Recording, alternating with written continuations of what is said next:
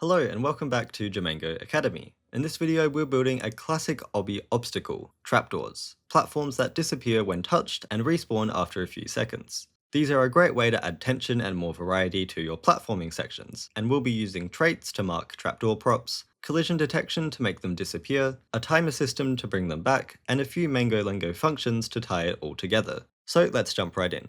In our game, I have this platform prop that acts as a regular platform that we can jump onto and jump off from. So we're going to write a script that detects when we first land on it, and then for a few seconds the platform won't exist, so any players will fall through it. Then after a small delay, it'll come back and reappear. So we'll make a new trapdoor.ts script, and remember that you import this through server.ts and client.ts. We'll begin by defining some traits. First, we'll make a player trait to attach to our players in the game. This trait doesn't need to hold any information, so the schema will be empty.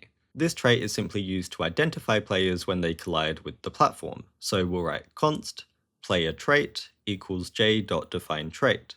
We'll call it player, and our schema can just be an empty object type. The second trait that we need is for the trapdoor platform. I'll copy over this trait definition code from the spinning platform that we made in a previous video, and I'll replace the name with trapdoor trait, and I'll also update some of the metadata to give it a more suitable description. Now that we've created our trapdoor trait, I will unsheath my ever-powerful wrench tool, click on the platform prop, and attach the trapdoor trait to it. We're pretty used to this by now, but for the player trait putting it onto our player, we actually need to do this through code. We'll attach this trait to players whenever they join the game for the first time. So we'll use j.onPlayerJoin, and then we'll get their unique player ID. Then when this code runs, it'll execute j.setTrait, and the entity that we're setting the trait of is our player, so that's player ID, and the trait that we're setting it to is our player trait. Easy as that. So now that we have our traits set up and attached, let's write the logic for the disappearing trapdoor platform. We'll start this when the player collides with the platform, so we can use j.onEntityCollisionStart to detect this. We'll then determine the source object, which is our player. We know that our players have the player trait attached to them, and then the target object is our trapdoor, which has the trapdoor trait attached to it. And then when these two objects are colliding, we want to get the IDs of those two objects as well, so that's simply player ID and trapdoor ID. Now this allows us to modify the properties of the trapdoor platform. We want to make it disappear, and an easy way to do that is by shrinking it down infinitely to 0, so that no players will be able to see or stand on it. In Jamango, we can easily grow or shrink entities by using j.setEntityScale. We can choose what object to scale, which is our trapdoor, so that's trapdoor ID, and the scale that we're setting it to is 0, so it's essentially non-existent in our world.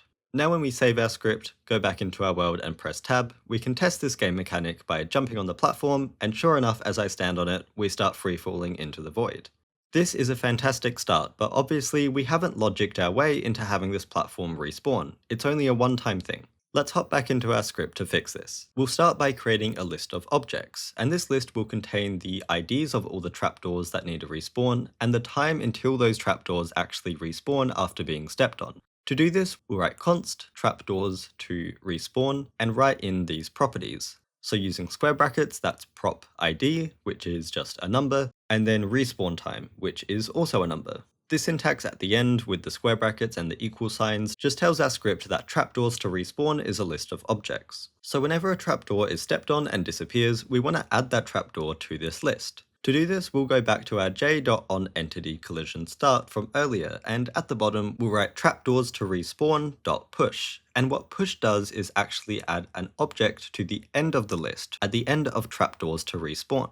Now because our list contains two components, the prop ID and the respawn time, we first need to put in the prop ID, and that'll simply be trapdoor ID, and this specifies the particular trapdoor that's being added to our list. But then we have this next number, the respawn time, and we want the trapdoor to respawn, say, after 3 seconds of being stepped on. The way we do this is actually a bit fancy, because in the background of our games, Jamango has a variable called world time, which just measures the time of our play sessions. So if we take the world time at the point of collision and add 3 seconds to it, we have a time that's exactly 3 seconds after the collision to respawn the platform. So here in the second spot of this push, we write in j.getWorldTime to get the world time, and then we simply add 3, or however long you want the platform to respawn afterwards. Okay, so now we have a list of trapdoor objects that have been stepped on, and now they need to be respawned back into the world after some time. For that, we'll need to constantly be checking what the world time is. So we'll be using j.onGameTick, and this will run every frame of our game. This allows us to access the current world time, which we'll use to check if any trapdoor platforms in our trapdoors to respawn list are ready to respawn.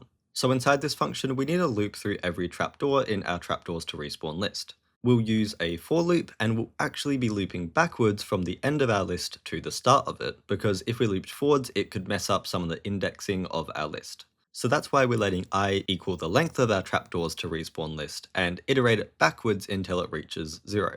For every trapdoor that exists in our list, we'll grab its ID and respawn time by writing const, and then in square brackets, trapdoor ID, respawn time.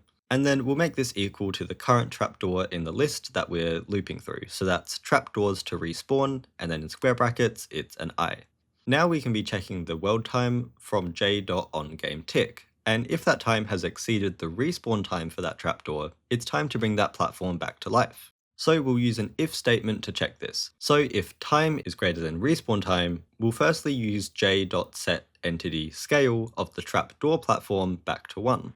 And secondly, we'll remove that trapdoor object from the trapdoors to respawn list by writing trapdoors to respawn.splice, and then in normal brackets, I, 1. And this removes it from the list. And that's it. This loop runs every frame and keeps track of which trapdoors are ready to return. So if we return to our playtesting mode, when we hop on and off this platform, we can see it disappear for a few seconds before returning to its normal state. I've gone ahead and added a bunch of these trapdoor platforms in a row for a fun platforming challenge, and this is especially chaotic when you have multiple players in your game and maybe they're trying to race to the end, but people ahead of them are messing it up for the people behind. You can go absolutely bonkers with this, so get creative and be sure to share any of your creations in our Discord server, where you can also meet and talk with other game developers just like yourself. But that's all for today's video. Thank you so much for watching. This episode has been pretty code heavy, so if you have any questions, throw them in the comments below, and until next time, keep building, and I'll see you in the next episode.